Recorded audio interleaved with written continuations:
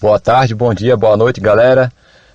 Vou dar aqui com esse vídeo continuidade àquela série que eu mencionei no vídeo anterior, que seria sobre a nova Guerra Fria, que eu vinha estudando aqui também essa semana sobre essas questões, né? Porque antes de eu fazer esses vídeos, eu gosto de ler as fontes primárias, fontes secundárias antes, para poder fazer um resumão, e resumões são sempre perigosos, né? Porque a gente acaba simplificando muito. Resumão só poder depois fazer esse vídeo aqui. E é engraçado porque enquanto eu fui lendo, eu fui me perguntando se a tal nova Guerra Fria é nova mesmo, se não é uma continuidade da anterior, no fim das contas. Porque o interregno, vamos dizer, não vamos dizer interregno, porque interregno é outra coisa. Vamos dizer assim, o intervalo entre a primeira e a segunda Guerra Fria, a gente pode dizer que foi ali de 92 até mais ou menos a crise de 2008. Ou melhor, até, vamos colocar assim, até a guerra no Iraque em 2003. Acho que a partir dali, depois da crise de 2008, que começa essa tal nova Guerra Fria. E eu falei agora que tenho minhas dúvidas se é uma nova mesmo, porque os atores são praticamente os mesmos e os objetivos também. Então, fica o questionamento. Talvez eu faça um vídeo sobre isso. Mas nesse vídeo aqui vai ser a parte 2. Como eu falei, vai ser sobre o leste europeu, essa região ali da Europa, como ela se insere nessa suposta nova Guerra Fria. Vou começar então pela expansão da OTAN para lá. A expansão da OTAN para o leste europeu, aos países que eram socialistas e do Pacto de Varsóvia, já começou a ser idealizada lá no fim dos anos 90. Isso, eu acho que a primeira vez que isso foi levantado foi em 97. E aí, no caso, em 97, era estudada a entrada da Hungria, República Tcheca e Polônia lá na OTAN. E existiam vários objetivos para isso. Eu vou enumerar alguns aqui, não necessariamente em ordem de importância, mas um desses objetivos era transformar esses países em democracias liberais, fazer reformas econômicas, seguindo a cartilha do FMI, o Consenso de Washington, para abrir os mercados a empresas estrangeiras, corte de gastos sociais, desregulamentação do mercado de trabalho, privatizações de empresas. Enfim, o único país do leste europeu que não fez isso foi a Bielorrússia. E a gente talvez entenda o que tem rolado lá hoje, né? Não só hoje, mas desde que Lukashenko está lá no poder. Porque ele é um cara soviético, ele é um cara comunista. Ele ao contrário de Putin, Putin não é comunista, mas Lukashenko é. Tanto que a Bielorrússia é o único país do mundo, eu acho, ao menos do leste europeu, que ainda comemora a data da Revolução de Outubro, inclusive. É o único. Lá ainda é feriado nacional. Mas voltando, um outro objetivo dessa expansão da OTAN era evitar que esses países caíssem novamente na influência de Moscou. É bom lembrar que nessa época, em 97, a Rússia já estava sob domínio de Yeltsin. Em 97 já tinha destruído praticamente a Rússia inteira. E outro objetivo aqui, uma OTAN englobando, uma OTAN sobre a liderança dos Estados Unidos, claro. Englobando toda a Europa, aumentaria mais ainda a influência americana no continente. Aí eu vou citar aqui as palavras de William Crystal, que é um neocon. Ele abre aspas. Como sugere a experiência deste século de 2 guerras mundiais e uma Guerra Fria, os Estados Unidos têm um interesse vital em dissuadir ou, se necessário, derrotar qualquer Estado que ameace dominar este continente rico e potencialmente poderoso. Estou falando da Europa, no caso. E é bom lembrar que em 97 a China não era superpotência, era um problema ali, pequeno. Começava a dar preocupação, porque já naquele período já vinha aquele crescimento muito grande. Mas ainda assim, o pessoal ficava naquela ondinha, será que é sustentável? Será que não é? Será que é voo de galinha? E o outro país, que é uma coisa que eu percebo que muita gente esquece hoje de falar, inclusive até a galera que é especialista, não menciona muito isso. Mas outro país, lá em 97, que os americanos temiam que exercesse liderança na Europa, caso os Estados Unidos se retirasse da liderança da OTAN, ou se a OTAN se desfizesse, porque tinha aquela coisa, a União Soviética saiu, por que a OTAN ainda existe? E aí um dos medos era o quê? Que além de que a Europa pudesse cair de novo na influência da Rússia, mesmo com a Rússia fraca, eles tinham medo de que a Alemanha assumisse a liderança na Europa. Então, no momento que a expansão da OTAN, a ideia em 97, o medo era o quê? Conter não só a Rússia, era também conter uma influência crescente da Alemanha lá dentro, no caso. Se no período soviético o motivo da aliança era simplesmente militar, para dissuadir ou até mesmo fazer um ataque preventivo contra a União Soviética, agora a razão de ser da OTAN é garantir a democracia e direitos humanos nos antigos países socialistas. Isso incluía a possibilidade da OTAN intervir na política interna desses países menos estáveis. Isso são palavras do neocon Gelb Schmidt. Também ele falando na comissão do Senado norte-americano sobre essa possibilidade de expansão da OTAN em 97 para Hungria, República Tcheca e Polônia. Ele falou isso. E a Polônia, a Hungria e a República Tcheca eram vitais para os Estados Unidos impedir o surgimento, né, como eu falei, o surgimento ou ressurgimento, né, de outra potência regional na Europa. No caso, eles estavam com medo do ressurgimento da Alemanha como uma grande potência ali dentro e da Rússia também. E isso, inclusive, está de acordo com aquela doutrina que eu mencionei, de Paul Wolfowitz, não sei se é assim que pronuncia, que foi escrito em 92, e um dos pontos dessa doutrina fala que os Estados Unidos tinham que evitar a todo custo, inclusive por meio de militar, se fosse possível, a ascensão de outra superpotência global e regional. Como eles se baseiam na suposta verdade de que a democracia liberal não entra em que uma democracia liberal não entra em guerra contra a outra democracia liberal, então a OTAN como exportadora, né, porque eles ressignificaram a OTAN. A OTAN como exportadora e garantidora da ordem democrática nos antigos países socialistas do leste europeu estaria aumentando a segurança da Europa como um todo, porque aí todo mundo vira democracia liberal, então ninguém faz a guerra com ninguém lá dentro. É bom lembrar que a Polônia, a Ucrânia tem um conflito assim, étnico muito grande. Eu acho que a Polônia e a Romênia também. Se não me engano, a Hungria, a Romênia também tem.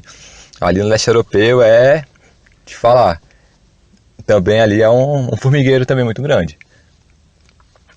E com esse avanço da OTAN para exportar a democracia, e aí impedir que a Rússia se tornasse uma nova ameaça, né?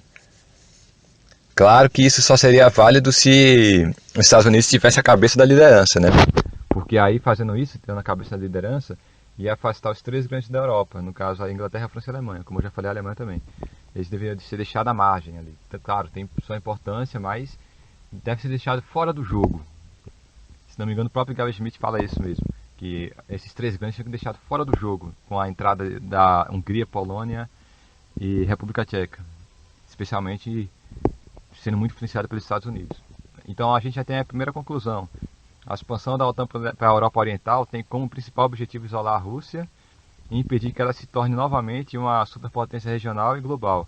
Daí o ódio, a gente entende o ódio do Ocidente contra Vladimir Putin, né? Vladimir Putin, na verdade. Muita gente fala que ele é comunista, blá blá blá. Cara, Putin não é comunista, na verdade, muito pelo contrário. Se você for ler lá o site de notícias do Partido Comunista da Rússia, que é um jornal de oposição ao governo, claro, e você vê que eles fazem muita crítica a Putin justamente porque ele não rompeu 100%, como a gente pensa aqui no Ocidente, com a administração Yeltsin, com o governo de Yeltsin. Apesar de ele ter dado fim ao neoliberalismo na Rússia, ele deu mesmo, tem muita gente ainda dentro do governo dele que é quinta coluna, que é entreguista como Yeltsin, muita gente, especialmente na equipe econômica. E lá, qual é o motivo do ódio? O motivo do ódio é porque o problema, entre aspas, de Putin foi ter reerguido a Rússia. Ele colocou ela de novo na posição de potência regional e rumando, do jeito que tá rumando, né, para voltar aos tempos de superpotência global. Você vê que já está até aumentando aqui a presença na América Latina, inclusive. Coisa que não se via desde quando? Desde o golpe de 64 e os golpes seguintes na América Latina. Ou seja, há muito tempo, né? Os caras estavam do lado de fora. Eu lembro até eu acho que foi, não sei se foi Lavrov ou se foi outro cara, ele falando isso, que a Rússia por muito tempo deixou a América Latina fora dos seus planos e agora ela está dentro de novo. Falou, se não me engano, foi ano passado ou foi esse ano. Como Putin tinha feito várias parcerias com países da Europa Oriental, os neocons democratas o acusam de estar ressuscitando o imperialismo russo. Ou pior ainda, tentar criar uma União Soviética, coisa que ele já negou, inclusive. A expulsão da OTAN se tornou, então, mais urgente. Daí a gente entende as duas revoluções coloridas que a Ucrânia teve. Uma na década de 2000, acho que foi 2004, e outra em 2014, 10 anos depois. Eles faziam isso porque até o conflito na Geórgia, em 2008,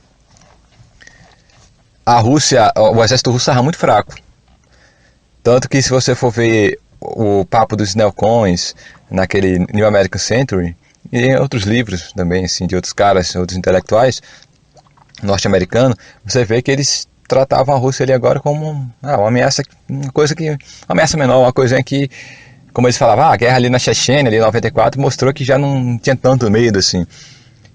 E quando teve a intervenção russa lá na Ossétia do Sul, na Geórgia, aí Putin colocou a Rússia de volta no jogo, reforçou o exército e, cara, transformou de novo, como eu falei agora há pouco, numa potência regional grande. E aí, quando teve esse golpe, a Revolução Colorida na Ucrânia em 2014, o Maidan, um dos objetivos era o quê? Era tirar da influência russa, porque o governo anterior estava começando a colar junto com os russos, e também colocar a Ucrânia na OTAN. Só que aí eles não esperavam a resposta tão forte da Rússia, que seria a anexação da Crimeia. Então eles ficaram meio que em banho-maria. A Ucrânia está sob promessa desde aquela época de entrar na OTAN e até agora nada. Eles estão com medo de dar o passo definitivo. Eles sabem que a resposta será muito dura. E aí, para onde que eles vão se viraram agora, depois disso? Se viraram para a Bielorrússia. E aí, é um perigo muito grande, muito maior do que a Ucrânia, porque caso eles consigam fazer a Revolução Colorida na Bielorrússia, acabar com o Tratado da União e colocar a Bielorrússia, se não oficialmente, mas pelo menos assim, moralmente falando, na influência da OTAN, cara, acabou para a Rússia. A Rússia corre sérios riscos, muito risco, de intervenção estrangeira lá nos assuntos internos. Vai ficar mais fácil você ficar organizando Revolução Colorida dentro da Rússia, muito mais.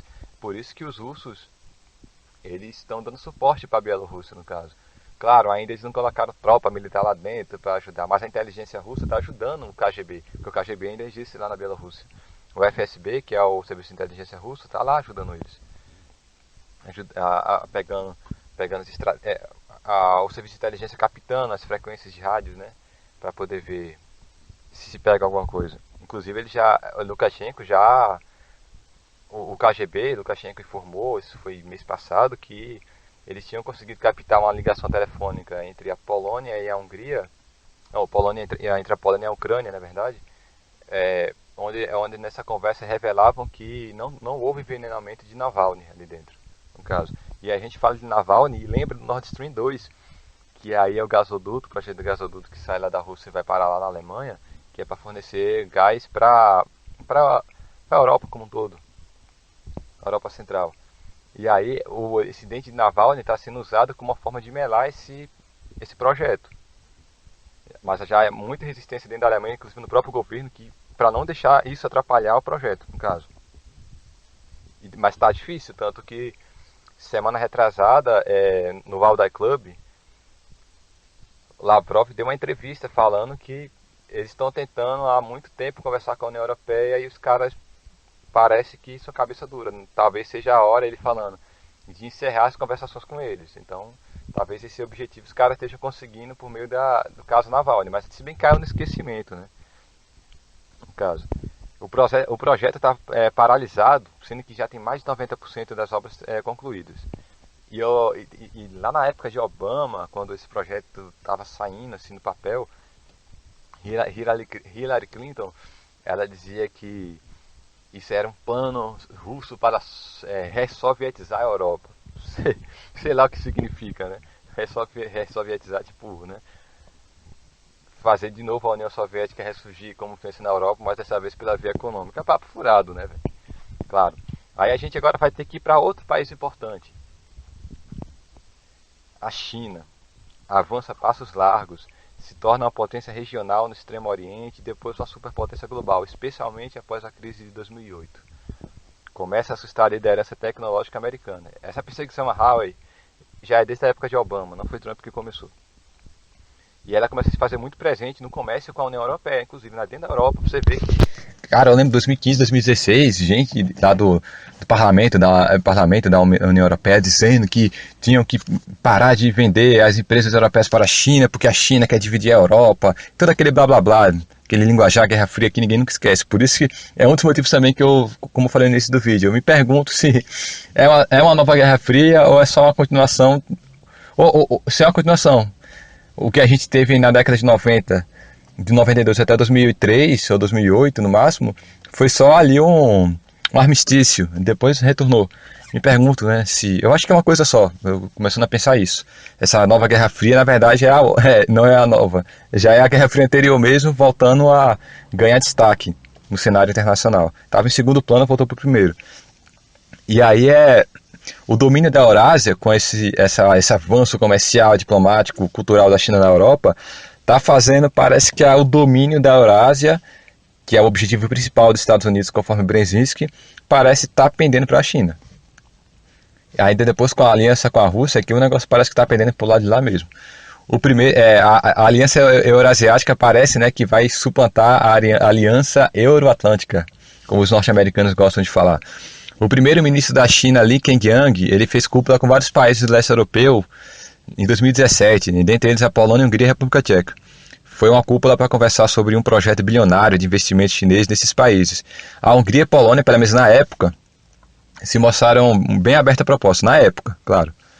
A Sérvia já é uma aliada muito forte da China, inclusive hoje, a Croácia também. Tanto que a Sérvia ficou contra, quando estava agora a pandemia do Covid, aquele papo norte-americano de culpar a China e tentar convencer os países europeus a fazerem isso também, a Sérvia ficou contra isso. Ficou contra. E os países do leste europeu eles são muito importantes para a nova rota da seda. Para que essa rota da seda, né, essa nova rota, tenha sucesso na integração euroasiática. Até para a entrada mesmo da China na União Europeia. É importante, importantíssimo, é vital, é uma das colunas principais. Aí a pergunta fica, será que é coincidência que a Sérvia está passando por guerra híbrida? O mesmo acontecendo na República Tcheca? Né, ou seja, os dois países mais amigáveis à China lá dentro. Aí eu penso aqui agora, na Polônia e na Hungria. Eles deixaram a OTAN na sinuca de bico, porque, como eu falei, em 2017, eles foram os dois países que mais se mostraram abertos aos investimentos chineses no leste europeu. Só que, ao mesmo tempo, são os dois países com os governos mais hostis à Rússia. E aí, você vê como que fica o dilema para a OTAN. Como é que ela vai lidar com esses dois países que são aliados tão importantes para poder fazer pressão sobre a Rússia e impedir que a Rússia novamente domine sobre a Europa Oriental, e ao mesmo tempo esses países não se rejeitam tanto assim a China. Claro, é bom abrir um parêntese aqui, porque em 2019 a Polônia ela admitiu a possibilidade de não permitir a entrada da Huawei ali dentro. A gente tem que levar em conta que a Polônia é um país lixo, né, velho? E deve estar sofrendo muita pressão, muita ameaça também vindo dos norte-americanos e da OTAN. Mas é um dilema, como eu falei. Você vai derrubar um governo que ajuda tanto na luta contra a Rússia, por parte dos americanos. Parece que a Aliança Atlântica vive aí um dilema muito grande. Caso. Mike Pompeo esse ano ele até viajou para algum desses países para tentar convencer eles, né, os países do leste, a não fazer negócios com a Huawei.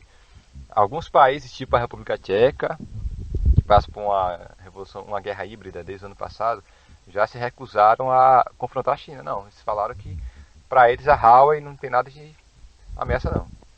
Agora, por outro lado, a Eslovênia e a Romênia, eles seguiram a onda de Pompeu e vão excluir a Huawei. Aí a gente tem a segunda conclusão. O leste europeu ele se tornou essencial para conter a influência chinesa na União Europeia. Tudo com base na desculpa de que a China quer destruir a democracia liberal, quer dividir a Europa, quer acabar com nossos valores democráticos e cristãos. E a OTAN, como agora que o novo objetivo da OTAN é esse, né, garantir a democracia liberal, a OTAN como protetora desses valores deve agir. E agir se expandindo e intervindo na política interna desses países, inclusive. E aí, como a gente pode ver nesse vídeo aqui, que eu encerro agora, para não ficar muito grande, a Europa Oriental é um dos principais palcos para deter a aliança Rússia-China e tentar melar a aliança Eurasiática. Então, fica aí esse resumo aqui sobre como o leste europeu tá dentro, né, dessa Guerra Fria atual, no caso. O próximo vídeo, eu acho que eu vou fazer aquilo que eu falei. Discutir se realmente é uma nova ou não é. Mas também acho importante falar um pouco talvez do papel da África do Norte, mas eu acho que no vídeo anterior eu já falei um pouco, não sei se eu vou ver. Se ficar muito redundante, então eu faço sobre essa discussão, se é a nova Guerra Fria ou a nova mesmo. E se eu ver que não vai ficar redundante, eu faço sobre esse papel da África do Norte, no caso. Então é isso aí, galera. Abração, até o próximo vídeo. E é isso aí.